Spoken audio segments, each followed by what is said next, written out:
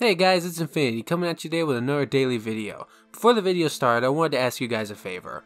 I know I'm not that big of a channel, and you guys know I work my butt off for you guys, and I don't like being one of those people who's like and sub and do all that nonsense. But if you guys see an opportunity to share this video or any of my other videos anywhere else, go ahead and share them or like them or do whatever. It helps me out with the YouTube algorithm, and I'm having a harder time kind of putting out content as of late as I feel like I've stagnated just a tiny bit. But I won't waste any more of your time with that nonsense. I'd appreciate it if you help me out. But for now, let's just focus on the video. I hope you guys enjoy. Okay guys, let's get into the real reason why I brought you guys here. It's in the title, you know what I'm going to talk about, so let's get into it.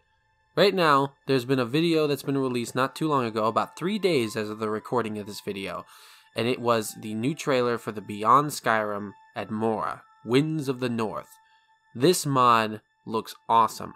The only reason I'm really excited for it is because I know what Atmora is, and I know the team that made this mod, and they already make one of my most favorite mods of all time, Beyond Skyrim Bruma, which just captures all of the original Oblivion-esque just feel that you get when you play that mod.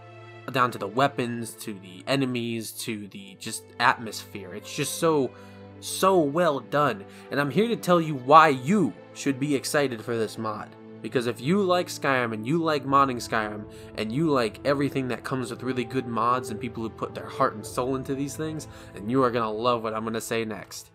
So for those of you who have been following the team so far, the Beyond Skyrim team has been working on 3 different mods besides Beyond Skyrim Bruma.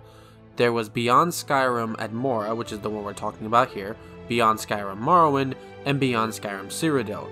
If you can already tell, I am really excited for Beyond Skyrim Cyrodiil. I love Oblivion, and I love everything about that game, as it was one of the first Elder Scrolls games and one of the first open world games I'd ever played.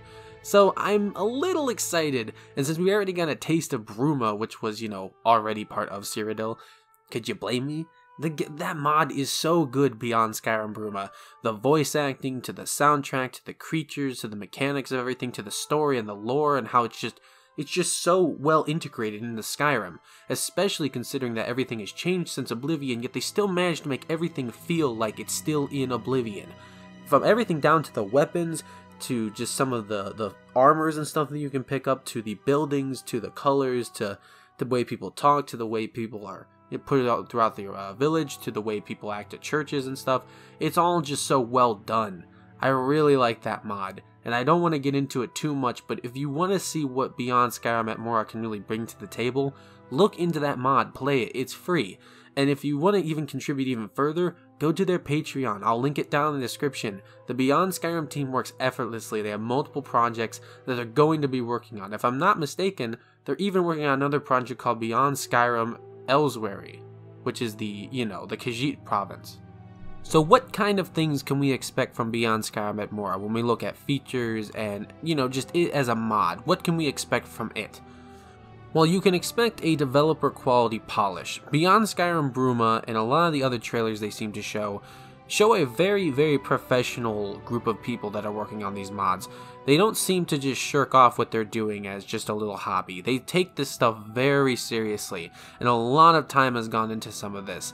They've been working on some of these mods for years now, and it shows when they show us things like teaser trailers and all the voice acting and everything, because they go out of their way to make sure everything is done at a professional level. Like, more, I suppose you could say, more polished than even some of Bethesda's stuff. Some of the mods that go out are fixed after they have been released due to patches and bug fixes through betas that they do. Beyond Skyrim Bruma had a beta, and they fixed a lot of the issues that they had over the course of a month or two. Now some of the stuff is still there, but that's just because it's Skyrim. There's going to be bugs regardless. And with as much stuff as they're putting into the mod, I was absolutely floored, stunned, amazed that there was so few bugs by the time I got to it. And that was about a couple months after the mod had been completely released. It was completely polished, beautifully well done. I never ran into any issues when I was trying to play it. What other things can we expect other than really good quality? Well, we can expect a really fine attention to detail, and this is coming from someone who's played every Elder Scrolls game. I noticed things from Beyond Skyrim Bruma, which is, I keep referencing it because it's the only one that's out right now. It's been in development for a while, and I know they're going to be releasing a couple within the next year or two, but I know for a fact that they have a really, really good attention to detail.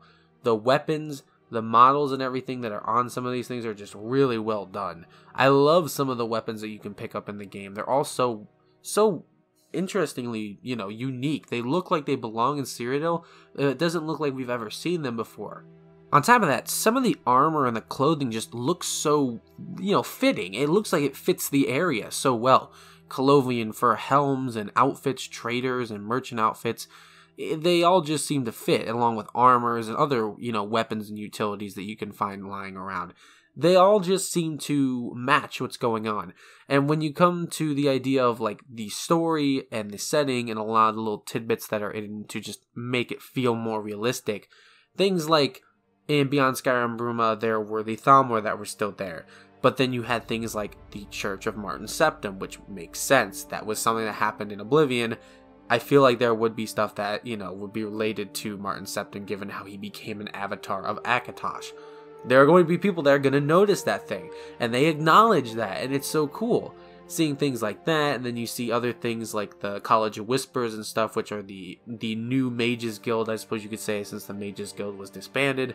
They recognize that. The Fighters Guild is there, the architecture is all still the same, and you see things like even DLC houses, like the spire that you could get in Oblivion as a house was up on the mountain. You could see it from like where you started. It was really cool.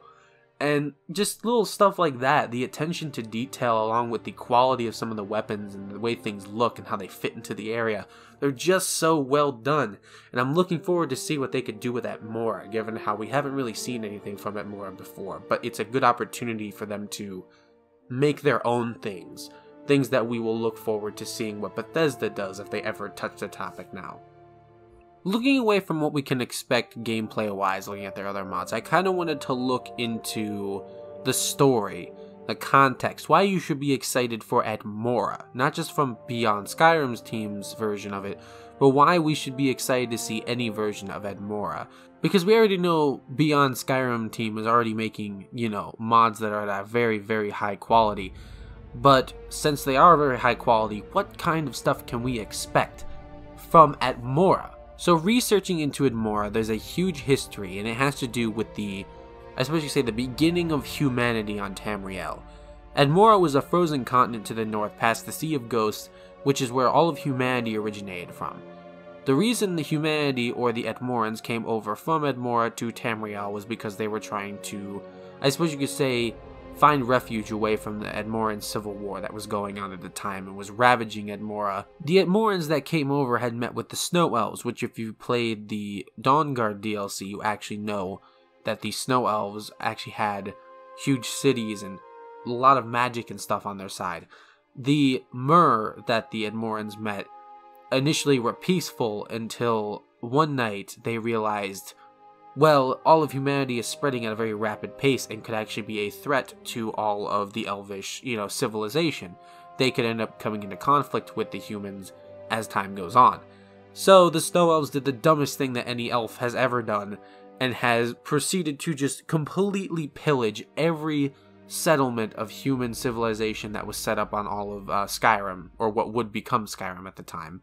After the elves had proceeded to murder everybody, the two sons of Ysgramor. If you don't know who Ysgramor is, he is the leader of the 500 companions. If you play the companions questline, you basically wield his axe Wuthrad, which is the elf killer. That's why his axe is actually in the shape of an elf screaming, is because he specifically made that axe to kill as many snow elves as possible. Once Ysgramor's sons had made it back to Atmora after fleeing from the massacre that was the Night of Tears, they proceeded to tell Ysgramor that the Snow Elves had basically turned on them. Ysgramor had gathered 500 companions, ran back to Skyrim, proceeded to murder every single Snow Elf he could find and every elf in general in an attempt to try and take all of Tamriel and form the first human empire. Now this is the part of the story where I will stop talking about Ysgramor because what happens to him next has nothing to do with Atmora. What I will say is that when Ysgramor initially came back to Skyrim after fleeing from Atmora in the first place, he had noticed that the Civil War had actually ended and that Atmora was in a time of peace. He proceeded to set up camp there at Atmora, leaving his civilization behind so that humans can flourish on Tamriel. And what ended up happening was the Night of Tears. Ysgramor fled back to Skyrim in an attempt to get revenge for all the people that had been killed, and when he had left, well, Atmora had taken a turn for the worst, and it wasn't any of the humans' fault from what we can understand, it was just climate. You see, after Ysgramor had left, the climate had taken a major drastic change, as though the Ice Age had just come over all of Atmora. Those who didn't flee from Atmora into Tamriel ended up perishing due to the rapidly changing cold climate. They were frozen over, left behind, and everything in Atmora had just proceeded to turn to ice. So no one ever had a reason to go back to Atmora, and with the idea that everything was frozen solid anyway, covered in snow, constantly freezing in temperature, there was no reason to return really. Now the next part that I read about while trying to do research for Atmora was according to the 36 Lessons of Vivec, Sermon 17, Vivec and Nerifar actually traveled to Atmora, but they only found frozen bearded kings. Now that could be misconstrued in two different ways.